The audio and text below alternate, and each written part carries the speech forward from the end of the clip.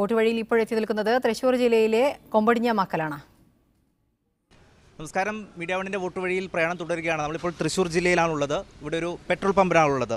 ഇവിടെ എണ്ണയടിക്കാൻ വരുന്ന ആളുകളും ഇവിടുത്തെ ജീവനക്കാരുമായ ആളുകളോട് നമുക്ക് രാഷ്ട്രീയ വിശേഷങ്ങൾ ചോദിക്കാം. ചേട്ടാ, എന്തൊക്കെയായിരിക്കും തെരഞ്ഞെടുപ്പിൽ പ്രധാന ചർച്ചയാവുക?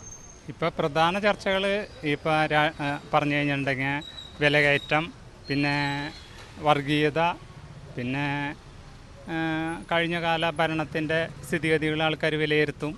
അതൊക്കെയാണ് പ്രധാനപ്പെട്ട ഘടകങ്ങളായിട്ട് തോന്നണത്. ഇവിടെ രാഹുൽ ഗാന്ധിയൊക്കെ മത്സരിക്കാൻ വരികയാണല്ലോ, ഒരു തരംഗം ഉണ്ടാവുമോ കേരളത്തിൽ? അത് തീർച്ചയായിട്ടും ഉണ്ടാവും. തീർച്ചയായിട്ടും കോൺഗ്രസ് UDF-നാണ് അതിന് അനുകൂലമായ ഒരു തരംഗം എന്തായാലും ഉണ്ടായിട്ടുണ്ട്. ചേട്ടാ, ഇപ്പോൾ ഈ പെട്രോൾ വില വർധനയൊക്കെ വലിയ ചർച്ചയാവുന്നുണ്ടോ തെരഞ്ഞെടുപ്പിൽ? തീർച്ചയായും പെട്രോൾ വില വർധന എന്നും ദിനം പ്രതി കൂടിക്കൊണ്ടിരിക്കുകയാണല്ലോ. ഇങ്ങനെ പോയി കഴിഞ്ഞാൽ ജനങ്ങളാകെ ആവശ്യതയേ ഉള്ളൂ. അപ്പോൾ അതിലൊരു വിധിയെഴുത്ത് ജനങ്ങളുടെ ഭാഗത്തുനിന്നുണ്ടാവും? തീർച്ചയായിട്ടും ഉണ്ടാവും. ഈ ഇലക്ഷനിൽ അത് എന്തായാലും ബാധിക്കുന്നു, 100% സസ്യംശയം പറയാം.